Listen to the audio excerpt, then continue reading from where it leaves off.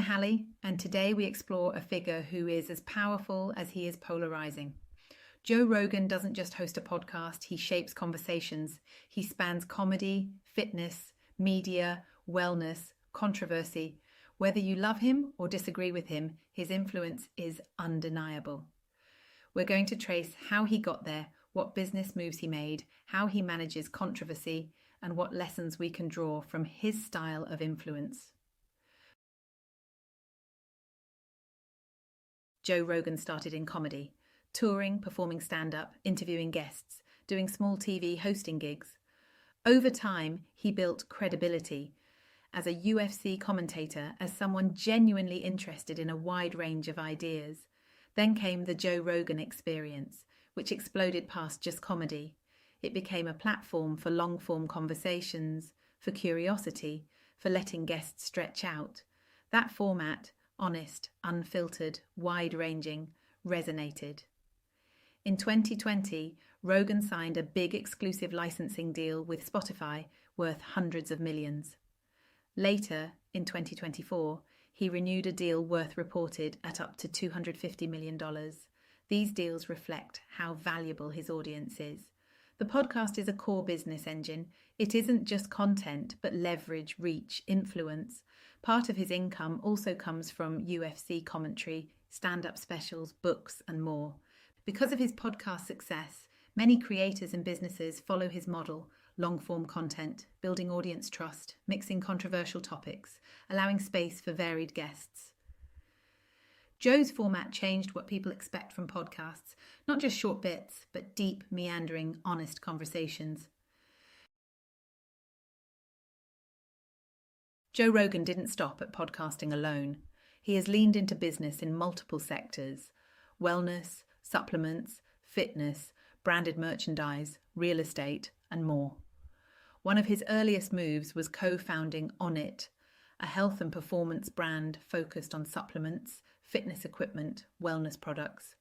He used his podcast as a platform to genuinely test, try, and discuss products. Listeners would hear him describe his experience, see results or issues. That kind of authenticity built trust. He's also invested in retail product lines tied to health, nutrition, alternative therapies. The rod of fitness culture, weightlifting, martial arts, recovery, biohacking, is deeply associated with his persona. Because Joe practices what he preaches, his endorsement of health, wellness, supplements, equipment got real attention.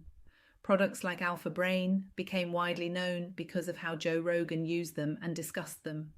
This is business influence, not just investing, but embodying the lifestyle. His brand extends into merch through higher primate, lifestyle gear, subscription models, affiliate deals. He also opened physical spaces like a comedy club, Mothership, in Austin, further anchoring his brand in place. Real estate, studio ownership, property moves also form part of how he invests and protects wealth. One of his smartest business practices is how he retains creative control. Even under huge deals, he has managed to keep editorial independence, voice, format. That gives authenticity and that fuels audience loyalty. Joe Rogan's influence comes at a cost. Because he is so unfiltered, so willing to host controversial viewpoints, so willing to cross boundaries, he has critics, and plenty of them. Allegations about misinformation, about offensive language, about platforming extremes, some episodes pulled, some episodes criticised, public pressure, boycotts. Yet often these controversies also fuel more attention. They're part of his brand's tension. Another trade-off is reach versus control. Spotify exclusivity brought huge money and resources, but restrictions, criticism, and some loss of the open platform for video that YouTube/other platforms allowed. There's tension between monetization, platform demands, and audience expectations. Also, because his brand is built on authenticity and being rough around the edges, the margin for error is thin. One off comment, one misstep, listeners, media, sponsors notice.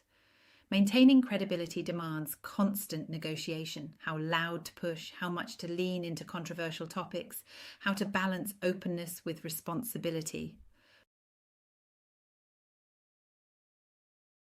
So, what can business leaders, creators, or entrepreneurs learn from Joe Rogan's path?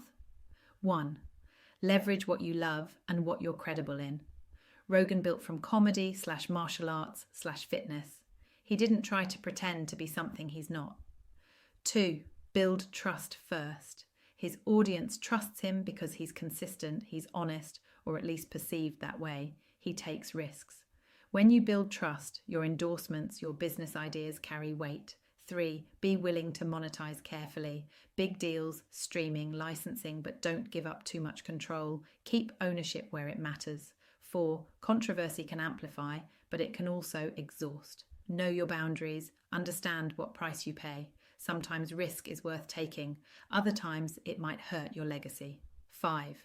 Diversify income streams. Rogan earns from podcasts, live performances, commentary, investments, merchandise. That gives resilience. If one thing is disrupted, you aren't left exposed. 6. Always stay curious. Rogan's wide topics, from science, psychedelics, comedy, politics, keep listeners coming because the content is unpredictable and wide-ranging. That curiosity is a part of his brand. It keeps the show alive. Joe Rogan is not without flaws. He's a lightning rod. But you can't deny his capacity to shape culture, to build business from authenticity, to ride controversy without losing core audience. His influence is messy, powerful, contradictory, but it's real.